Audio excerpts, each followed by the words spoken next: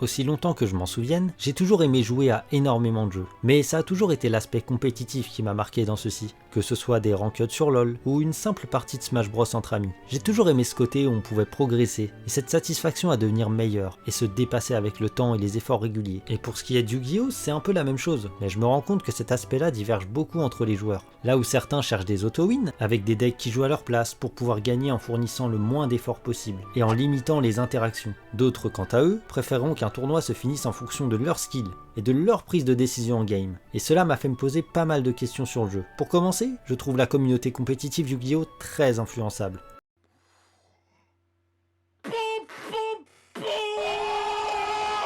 Évidemment, petit disclaimer, je ne parle évidemment pas de tous les joueurs Yu-Gi-Oh dans cette vidéo. Maintenant, imaginons que le jeu n'existe pas et sortait aujourd'hui avec toutes les cartes. Pensez-vous sincèrement que la méta serait la même? Que nous ne trouverons pas d'autres combos super forts ou d'autres variantes de deck? Soyons honnêtes, ça fait remettre en question pas mal de choses, non? Surtout que certains joueurs sont parfois capables de faire gagner leur deck peu voire pas du tout représenté, en étant le seul à les jouer sur des milliers de joueurs, comme Crystal Beast ou Prank Kids pour vous citer un exemple. Mais au lieu de motiver la plupart des joueurs et de les inspirer à trouver leur propre deck, ils préféreront prendre le deck Crystal Beast ou Prank Kids en question qui a gagné, parce que c'est plus simple après tout. Et ça a top donc c'est fort. Même s'il y a une semaine, j'aurais sûrement dit que le deck est nul, voire injouable, sans broncher un sourcil, pas vrai? Mais là on n'est pas là pour parler de deck net et... De vous à moi, ça reste une bonne chose qu'il y ait une méta pour plein de raisons. Déjà pour commencer, ça permet de faire du méta call et de créer un véritable sentiment de « je savais que ce deck serait joué ». Là t'es en train de faire exactement ce que je veux mon gars. Et cette satisfaction à jouer le contre parfait au deck adverse au bon moment, c'est vraiment ce qui en fait vibrer beaucoup dans le jeu, dont moi. Et sans méta,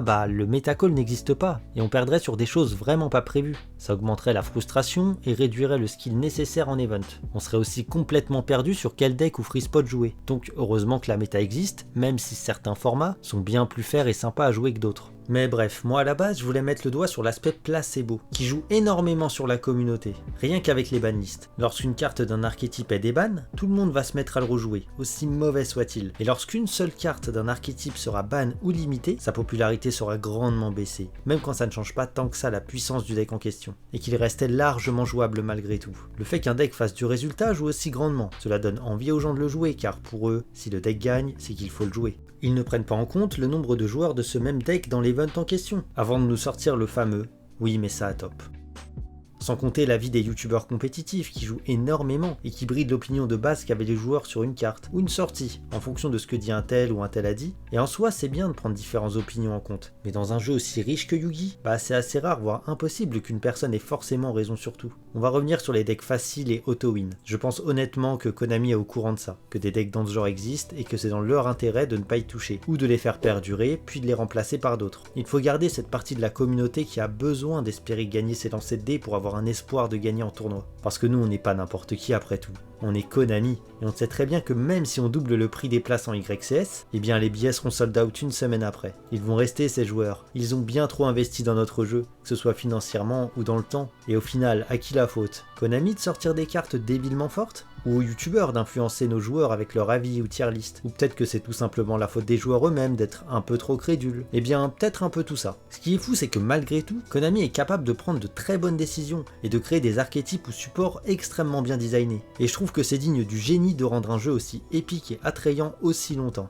Et là vous allez me dire que je suis provocateur envers les joueurs et que je n'y connais rien, mais ce n'est qu'une simple analyse. Je joue au jeu depuis pas mal d'années et combien de fois j'ai pu entendre le fameux « ce deck est trop nul, il fera rien » ou alors « cette carte est bien trop mauvaise pour gagner », puis peu de temps après la voir sortir en YCS, qu'elle fasse gagner un match super important, ce qui fera tripler le prix de la carte en quelques heures. Et là cette même personne le lendemain, elle va revenir te voir et te dire « Eh mais j'ai toujours dit que cette carte était forte voyons ». Et toi tu sais que c'est faux dans le fond, mais tu veux pas le blesser alors tu joues le jeu. Mais au-delà de ça, quand des decks comme Sprite et Dragon Link ou même Tyr, qui sont extrêmement forts si maîtrisés, et qui permettent de faire beaucoup de choses, dont gagner les championnats du monde, existent dans ce jeu. Pourquoi ne les voyons pas plus souvent? Ces decks surpuissants mais qui demandent un skill assez conséquent, et une connaissance du jeu plus que bonne pour pouvoir être exploités à leur plein potentiel. Moi je pense avoir ma réponse, mais elle va pas plaire à certains. Et quand tu vois le prix d'une display qui peut atteindre les 80 € facilement, et qu'il n'y a qu'une seule carte short print extrêmement dure à avoir, qui te rembourse ta display avec le reste des cartes à une dizaine d'euros à peine, et que toi tu as besoin de cette carte short print en question pour pouvoir jouer ton deck, c'est la carte qu'il te faut, pour pouvoir jouer de manière compétitive sans te sentir bridé en tournoi.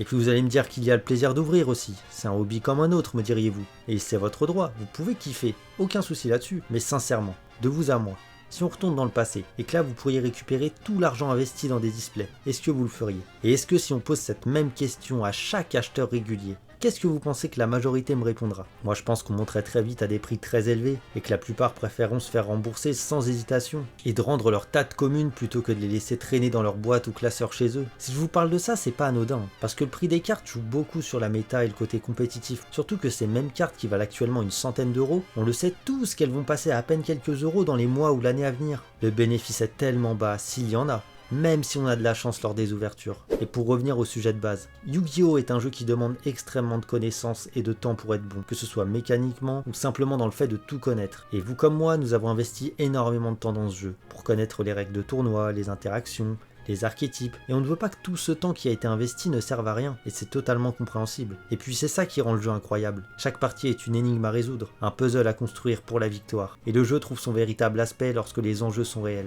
face à des personnes que l'on ne connaît pas, lors des YCS par exemple. Mais comment ne pas se sentir attaché à ce jeu, avec tous ces efforts et souvenirs qu'on a su créer avec le temps, que ce soit votre premier gros tournoi avec vos amis, et cette sensation de partir à l'aventure quand on va au bout du continent un week-end, pour jouer aux cartes avec de parfaits inconnus, en sachant très bien que nous sommes liés par la même chose. Parce que pour moi c'est ça Yu-Gi-Oh! L'aspect social. Et cet appel de l'aventure, moi il me donne des frissons, et le jeu ne devient limite qu'un prétexte pour partir loin. Et c'est ça qui me fait m'accrocher au jeu. Oublier son quotidien et s'éclater entre potes, et qui sait, peut-être remarquer l'histoire du jeu avec un peu de chance. Pour répondre à la question de la vidéo, je ne pense pas qu'il y ait de réponse universelle. Chacun a ses raisons de jouer son deck, et lorsqu'on se déplace en event, on est là pour gagner. Il est évident qu'on ne va pas sortir un starter deck Kaiba en mettant autant d'énergie et d'argent dans le jeu. Il y a aussi une partie des joueurs qui peuvent simplement avoir un coup de cœur pour le deck du moment, et je ne vois aucun mal à ça. Chacun a ses propres raisons de jouer son deck, que ce soit un choix stratégique, un choix du cœur, ou les deux. En tout cas, moi j'espère que la vidéo vous a plu. Si c'est le cas, vous pouvez vous abonner, liker et partager. C'est un sujet qui tend à faire beaucoup de débats, donc n'hésitez pas à me donner votre avis en commentaire, que vous soyez d'accord ou pas avec moi. Je lis et je réponds évidemment à tout le monde, et ça peut être super cool de débattre sur ça. Moi je vous dis à la prochaine, et je vous souhaite une bonne soirée.